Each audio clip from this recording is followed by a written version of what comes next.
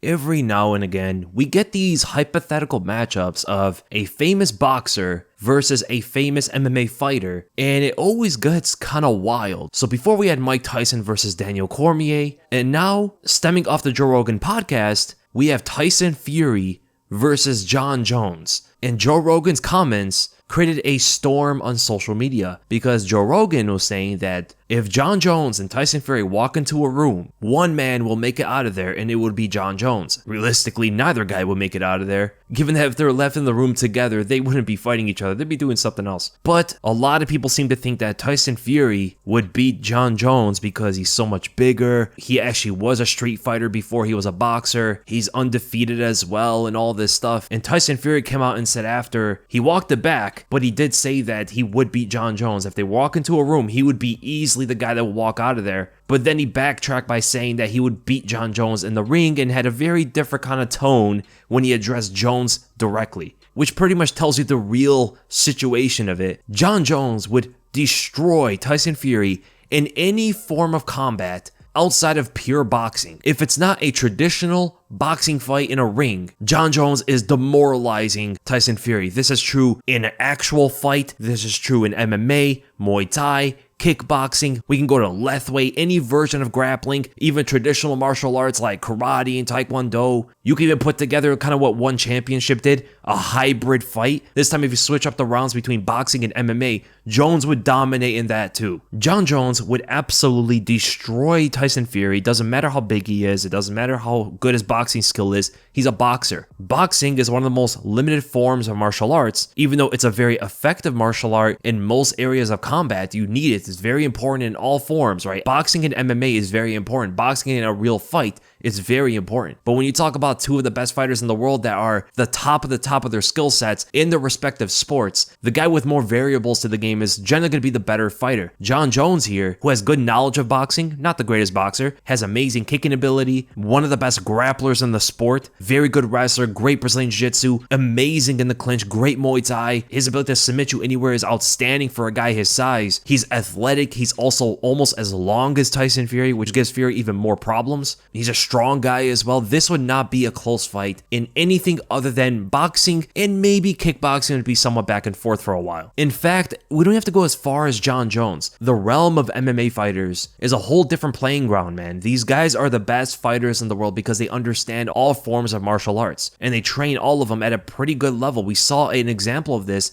when Demetrius Johnson fought Rodtang. Rodtang right now is one of the best Muay Thai fighters in the world, and he went up against one of the best MMA fighters in the world in a hybrid MMA and Muay Thai fight. They even gave the first round, starting the fight with Muay Thai rules. Demetrius Johnson, who's not a Muay Thai fighter, not only survived against Rodtang for that first round, but he actually did pretty decent compared to some of the other fighters Rodtang has fought. And then once the MMA round started, Demetrius Johnson ran right through him very easily. You can scale that somewhat to what Jon Jones versus Tyson Fury would look like. And forget about the hybrid rules. If we did a real fight, we're not starting first round boxing, right? First round is anything goes, and anything goes favors the MMA fighter. So I wouldn't even go as far as say that Jon Jones is the caliber of fighter that Tyson Fury has to be put up against in order to become the baddest man in the world.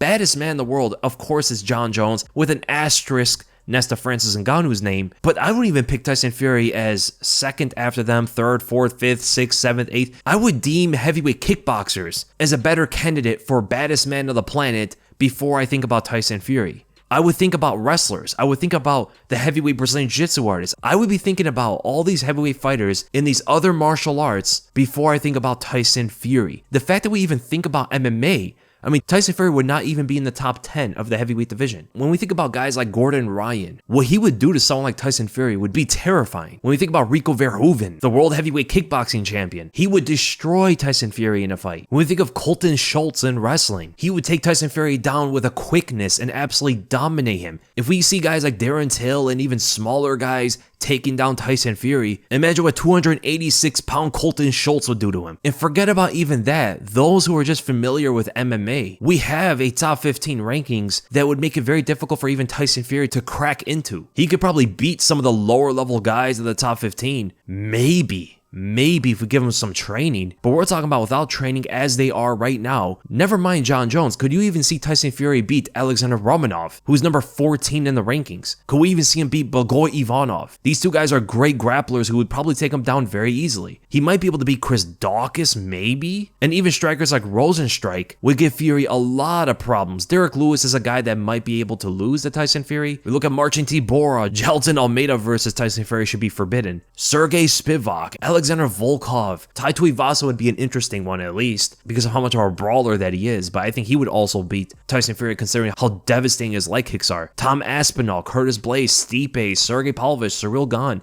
Jon Jones is overkill.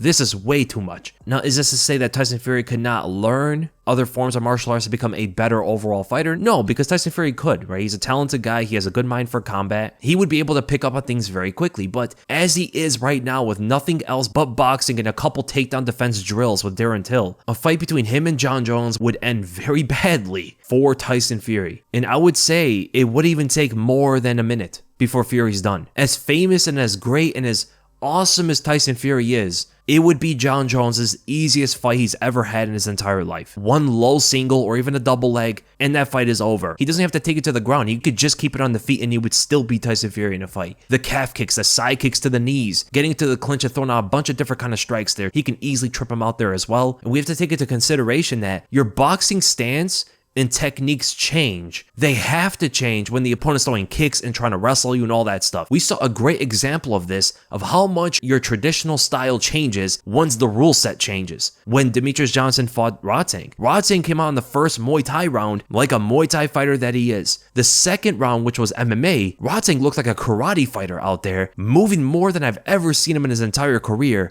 It was very foreign with the way that he was fighting. Nobody was able to recognize that was Rodtang. If you just saw his silhouette in that second round, you would never think that was Rodtang fighting because he had to change. The same thing would go with Tyson Fury. If he went into a fight, whether it's MMA, a real fight, kickboxing, Muay Thai, anything, he would have to change the way that he fights. The way you see him in boxing is not the way you would see him in an MMA fight or a real fight. If he doesn't change what he's doing, he'll be defeated a lot easier because the legs are there for the taking. He has no concept of defending anything to the legs when he takes that boxing stance. Blocking punches is very different than blocking kicks. If Jon Jones throws a left hook, Tyson Fury can block it like he normally does, but he has to also understand that the gloves are going to be much smaller. So where he's used to completely blocking that punch with the smaller gloves or even no gloves, Jon Jones' left hook can get right around that guard easily. Now, compare that to blocking a kick, which is something Tyson has never done before. You can't just block it with one hand, especially when Jon Jones throwing that at you. Now, Tyson is a pretty tall guy. He's, 6'8", so it would be kind of difficult for Jones to catch him up there like that, especially with the fact that Tyson Fury stands so straight up and tall when he fights. But if he ever gets him out of position, lowers that head a bit, and throws up the head kick, Tyson Fury would have to block it in a completely different way than he's used to blocking punches, because if he blocks it with one hand, he's going to get knocked out. This debate is very similar to the whole Mike Tyson versus Daniel Cormier thing.